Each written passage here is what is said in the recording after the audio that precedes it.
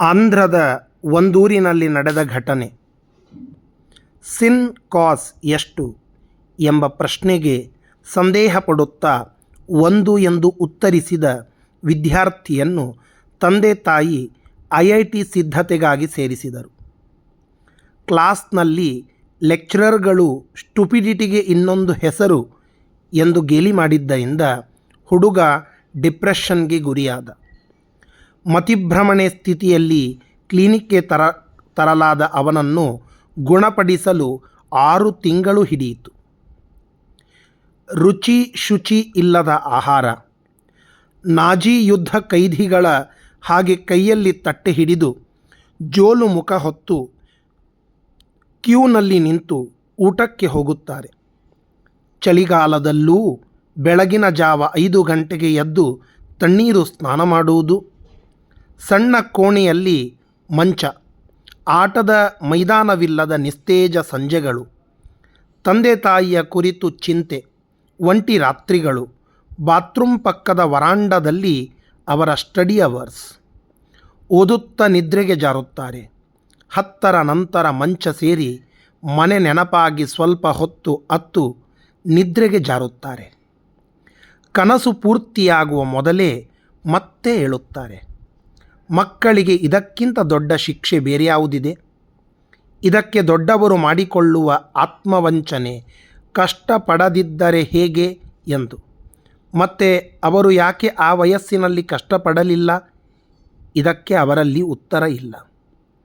ಅಷ್ಟು ವರ್ಷ ಒತ್ತಡದಲ್ಲಿಯೇ ಓದಿದ ಮಕ್ಕಳಿಗೆ IIT ಮೆಡಿಸಿನ್ ಸೀಟ್ ಸಿಗದಿದ್ದರೆ ಸಣ್ಣ ಕಾಲೇಜಿನಲ್ಲಿ ಸೇರಿದಾಗ ಅಂಡಮಾನ್ ಜೈಲಿಗೆ ಸೇರಿದ ಖೈದಿಯ ಹಾಗಿರುತ್ತದೆ ಅವರ ಪರಿಸ್ಥಿತಿ.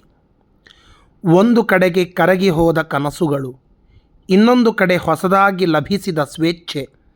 ಇದರಲ್ಲೇ ಅವರು ಬದುಕಿಗೊಂದು ಹೊಸ ಅರ್ಥವನ್ನು ಹುಡುಕುತ್ತಾರೆ. ಹಾಗಾದರೆ ಏನು ಮಾಡಬೇಕಂತೀರಿ? ನಮ್ಮ ಮಕ್ಕಳನ್ನು ಸ್ಕೂಲ್ ಬಿಡಿಸೋಣವೇನು ಎಂದು ಸಿಟ್ಟಾಗಬೇಡಿ. ಅರ್ಹತೆಗೆ ತಕ್ಕ ಕೋರ್ಸ್ ಆಯ್ಕೆ ಮಾಡಬೇಕು ಎಂದು ಹೇಳುವುದು ನಮ್ಮ ಉದ್ದೇಶ. IIT ಕೋಚಿಂಗ್ಗಿಂತ IAS ಕೋಚಿಂಗ್ ಒಳ್ಳೆಯದೆಂದು ನನ್ನ ವೈಯಕ್ತಿಕ ಅಭಿಪ್ರಾಯ. DC ಆಗದಿದ್ದರೂ ಲೋಕಜ್ಞಾನ ಬರುತ್ತದೆ. ಕೆಲವು ಕಾರ್ಪೊರೇಟ್ ಕಾಲೇಜ್ಗಳಲ್ಲಿ IAS ಕೋಚಿಂಗ್ ಬಹಳ ಚೆನ್ನಾಗಿರುತ್ತದೆ.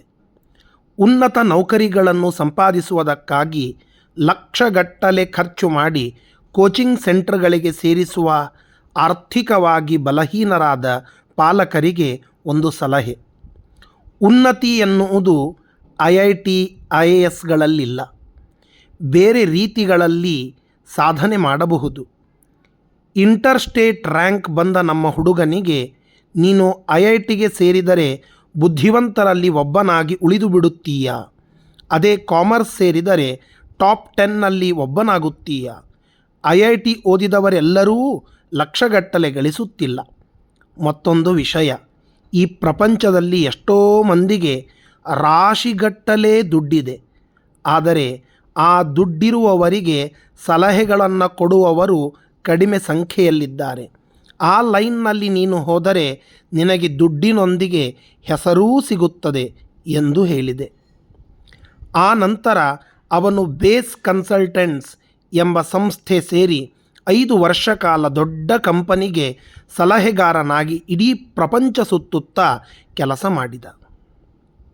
Self direction. ಮಕ್ಕಳು ತಮ್ಮ ಗಮ್ಯವನ್ನು ತಾವೇ ನಿರ್ವಹಿಸುವಂತೆ ಮಾಡಬೇಕು. ಹಾಗೆಂದು ಎಲ್ಲವನ್ನೂ ಅವರ ಮೇಲೆ ಬಿಡಬಾರದು. ಅವರು ತಮ್ಮ ಗೆಳೆಯರ ಅಭಿಪ್ರಾಯಗಳಿಗೆ ಹೆಚ್ಚಿನ ಗೌರವ ಕೊಡುತ್ತಾರೆ.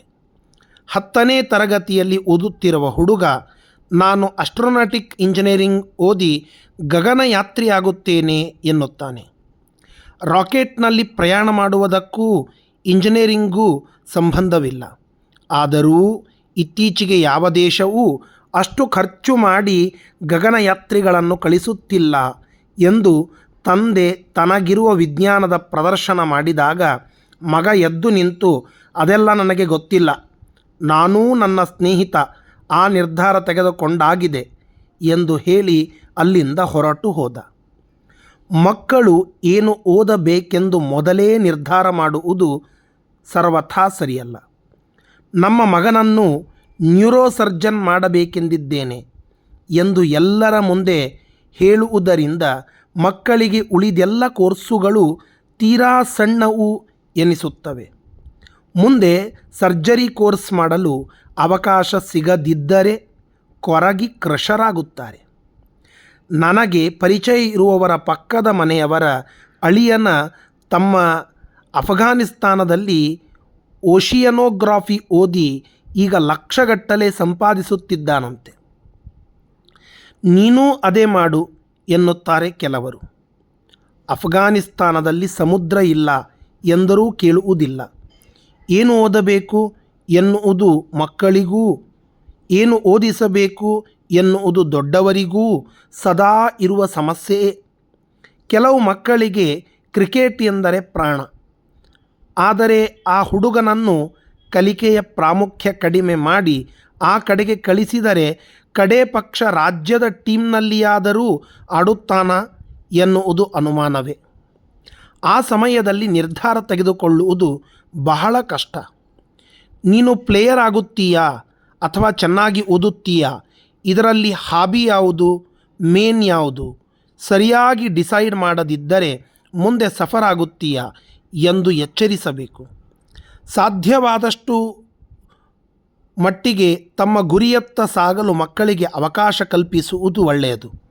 ಆದರೆ ಒಮ್ಮೊಮ್ಮೆ ಅವರ ಗುರಿ ಸರಿಯಾಗಿರುವುದಿಲ್ಲ. ಗಣಿತದಲ್ಲಿ ಪ್ರವೀಣನಾದ ಹುಡುಗ ನನ್ನ ಫ್ರೆಂಡ್ಸ್ ಆ ಕಾಲೇಜ್ ಸೇರುತ್ತಾರಂತೆ, ನಾನೂ ಅಲ್ಲೇ ಸೇರುತ್ತೇನೆ ಎಂದು ಹಠ ಹಿಡಿಯುವುದು ಇದಕ್ಕೊಂದು ಉದಾಹರಣೆ. 10ನೇ ತರಗತಿಯಲ್ಲಿ ಗಣಿತದಲ್ಲಿ 100 ಅಂಕ ಪಡೆದಿದ್ದ ನನ್ನನ್ನು ನಮ್ಮಮ್ಮ ಬಲವಂತದಿಂದ ಮೆಡಿಸಿನ್ಗೆ ಸೇರಿಸಿದರು. ಬುದ್ಧಿಶಕ್ತಿ ಬೇರೆ, ಜ್ಞಾಪಕ ಶಕ್ತಿ ಬೇರೆ. ಬಾಟನಿ, ಜಿಯಾಲಜಿ ಜ್ಞಾಪಕ ಇಟ್ಟುಕೊಳ್ಳಬೇಕೆಂದರೆ ಮಾಮೂಲು ಶಕ್ತಿ ಸಾಲದು. ಅದೃಷ್ಟವಶಾತ್ ಗಣಿತಕ್ಕೆ ಸಂಬಂಧಿಸಿದ ಕೋರ್ಸ್ಗೆ ಸೇರಿದೆ. ಅಭಿರುಚಿಗಳಿಗೆ ತಕ್ಕಂತೆ ಯಾವ ಕ್ಷೇತ್ರದಲ್ಲಿ ಯಶಸ್ವಿಯಾಗುತ್ತೇವೆ ಎಂದು ಅರಿತುಕೊಳ್ಳುವುದನ್ನೇ ಕರಿಯರ್ ಪ್ಲಾನಿಂಗ್ ಎನ್ನುತ್ತಾರೆ. ಒಳ್ಳೆಯ ವಿದ್ಯೆ. ವಿಶ್ವಸಂಸ್ಥೆಯ ಸಂಶೋಧನೆಯಿಂದ ಪ್ರಪಂಚದ ಮಕ್ಕಳೆಲ್ಲರಲ್ಲಿ ಫಿನ್ಲ್ಯಾಂಡ್ ಮಕ್ಕಳು ಬಹಳ ಸಂತೋಷವಾಗಿ ಇದ್ದಾರೆ ಎಂದು ತಿಳಿದು ಬಂದಿದೆ. ಶಿಕ್ಷಣ ಕ್ಷೇತ್ರದಲ್ಲಿ ಫಿನ್ಲ್ಯಾಂಡ್ ವಿಶ್ವದಲ್ಲಿ ಪ್ರಥಮ ಸ್ಥಾನದಲ್ಲಿದೆ. ಅಲ್ಲಿನ ಶಿಕ್ಷಣ ವ್ಯವಸ್ಥೆ, ಅದರ ಬಗ್ಗೆ ತಿಳಿದುಕೊಳ್ಳುವುದಕ್ಕೆ 56 ದೇಶಗಳು ಒಟ್ಟು 1500 ಶಿಕ್ಷಣ ತಜ್ಞರು ಪ್ರತಿ ವರ್ಷ ಅಲ್ಲಿಗೆ ಹೋಗುತ್ತಿದ್ದಾರೆ. ಕೆಳಗೆ ಕೊಟ್ಟಿರುವ ಪ್ರತಿ ಅಂಶವನ್ನು ಗಮನಿಸಿದರೆ ಅದು ಹೇಗೆ ಸಾಧ್ಯವಾಗುತ್ತದೆ ಎಂದು ಅರ್ಥವಾಗುತ್ತದೆ. 1. ಆ ದೇಶದಲ್ಲಿ ಮಕ್ಕಳನ್ನು 7 ವರ್ಷ ತುಂಬಿದ ಮೇಲೆ ಶಾಲೆಗೆ ಸೇರಿಸುತ್ತಾರೆ. ಇಲ್ಲಿಯ ಹಾಗೆ 3 ವರ್ಷದ ಮಗುವಿಗೆ ಟಾರ್ಚರ್ ಪ್ರಾರಂಭ ಆಗುವುದಿಲ್ಲ. ಮಕ್ಕಳು 7 ವರ್ಷದ ನಂತರ 50% ಸಮಯ ಶಾಲೆಯಲ್ಲಿ, 50% ಸಮಯ ಮನೆಯಲ್ಲಿ ಕಳೆಯುತ್ತಾರೆ. ಶಾಲೆಯಲ್ಲಿ ಸಂಗೀತ, ಕಲೆ, ಆಟಗಳಿಗೆ ಸಮಾನ ಪ್ರಾಮುಖ್ಯ ಕೊಡುತ್ತಾರೆ. ಯಾವಾಗ ಬೇಕೆಂದರೆ ಆಗ ವಿಶ್ರಾಂತಿ ತೆಗೆದುಕೊಳ್ಳುವುದಕ್ಕೆ ವಿದ್ಯಾರ್ಥಿಗಳಿಗೆಂದೇ ವಿಶ್ರಾಂತಿ ಕೋಣೆಗಳಿರುತ್ತವೆ. 13 ವರ್ಷದವರೆಗೆ ರ್ಯಾಂಕ್, ಗ್ರೇಡ್ಗಳ ಹಂಗು ಇರುವುದಿಲ್ಲ. ಆದ್ದರಿಂದ ಮಕ್ಕಳ ಮೇಲೆ ಒತ್ತಡ ಇರುವುದಿಲ್ಲ. ಪ್ರೋಗ್ರೆಸ್ ರಿಪೋರ್ಟ್, ಹೋಮ್ವರ್ಕ್ ಇರುವುದಿಲ್ಲ. ತಮ್ಮ ಮಕ್ಕಳ ಪ್ರೋಗ್ರೆಸ್ ಬಗ್ಗೆ ತಂದೆ ತಾಯಿ ತಿಳಿಯ ಬಯಸಿದರೆ ಶಾಲೆಗೆ ಹೋಗಿ ವಿಚಾರಿಸಬಹುದು. ವಿದ್ಯಾರ್ಥಿಗಳ ಆರೋಗ್ಯದ ಬಗ್ಗೆ ನಿಗಾ ಇಡಲು ಪ್ರತಿ ಶಾಲೆಯಲ್ಲಿ ಒಬ್ಬ ಡಾಕ್ಟರ್ ಇರುತ್ತಾರೆ. ಆ ದೇಶದಲ್ಲಿ ಖಾಸಗಿ ಶಾಲೆಗಳೇ ಇಲ್ಲ. ಸರ್ಕಾರಿ ಶಾಲೆಗಳಲ್ಲೇ ಗುಣಮಟ್ಟದ ಶಿಕ್ಷಣ ನೀಡುತ್ತಾರೆ. ಒಂದು ಶಾಲೆಯಲ್ಲಿ 600ಕ್ಕಿಂತ ಹೆಚ್ಚು ವಿದ್ಯಾರ್ಥಿಗಳಿಗೆ ಅವಕಾಶ ಇರುವುದಿಲ್ಲ. ಶಾಲೆಯ ಕಟ್ಟಳೆ, ನೀತಿ, ರೀತಿಗಳಲ್ಲಿ ಪ್ರಧಾನ ಪಾತ್ರ ಅಲ್ಲಿನ ಶಿಕ್ಷಕರದ್ದೇ. ಅಲ್ಲಿನ ಟೀಚರ್ ನೌಕರಿ ಇಲ್ಲಿನ IASಗೆ ಸಮಾನ. ದೇಶದ ಪ್ರತಿ 3 ವಿದ್ಯಾರ್ಥಿಗಳಲ್ಲಿ ಒಬ್ಬನು ಮುಂದೆ ಉಪಾಧ್ಯಾಯನಾಗಲು ಬಯಸುತ್ತಾನೆ. ಆದರೆ ಆ ನೌಕರಿ ಸಿಗುವುದು ಸುಲಭವಲ್ಲ. ಕೆಲಸಕ್ಕೆ ಸೇರಿದ ಕೂಡಲೇ ಸೈನ್ಯದಲ್ಲಿ 6 ತಿಂಗಳು ಸೇವೆ ಸಲ್ಲಿಸಬೇಕು. ಜೊತೆಗೆ ಪ್ರಥಮ ಚಿಕಿತ್ಸೆ, ಅಗ್ನಿಶಾಮಕ ದಳಗಳಲ್ಲಿ 5 ವರ್ಷ ಶಿಕ್ಷಣ ಪಡೆಯಬೇಕು. ನಂತರವೇ ಶಾಲೆ.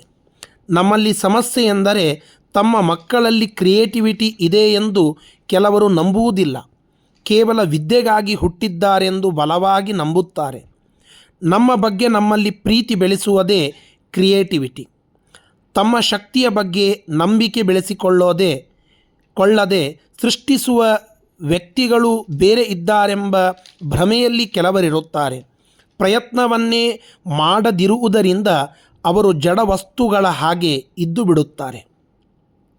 ಮಕ್ಕಳಲ್ಲಿ ಸೃಜನಶೀಲತೆ ಬೆಳೆಸಿದರೆ ಅವರು ತಮ್ಮೊಂದಿಗೆ ತಾವು ಸ್ನೇಹ ಬೆಳೆಸಿಕೊಂಡು ತಮ್ಮ ಲೋಕದಲ್ಲಿ ತಾವಿರುತ್ತಾ ಹೊರಗೆ ಸ್ನೇಹಿತರನ್ನು, ಟಿವಿಯನ್ನು, ಚಾಟಿಂಗನ್ನು ಕಡಿಮೆ ಮಾಡುತ್ತಾರೆ ಎಂಬುದನ್ನು ಅರ್ಥ ಮಾಡಿಕೊಂಡರೆ ಸಮಸ್ಯೆಯ ಪರಿಹಾರ ಸರಳವಾಗುತ್ತದೆ. ಹರೆಯ ಹುಷಾರು ಎಂಬ ಅಂಕಣ ಮೂಲ ಬರಹಗಾರರು ಯಂಡಮೂರಿ ವೀರೇಂದ್ರನಾಥ್, ಅನುವಾದವನ್ನು ಮಾಡಿದ್ದು ಸಂಡೂರು ವೆಂಕಟೇಶ್. ಪ್ರಕಟಣೆ ವಿಜಯವಾಣಿಯ ಬೆಂಗಳೂರು ಎಡಿಷನ್. 2020 ಮೇ 2 ಪ್ರಕಟವಾದಂತಹ ಲೇಖನ. ನಮಸ್ಕಾರ.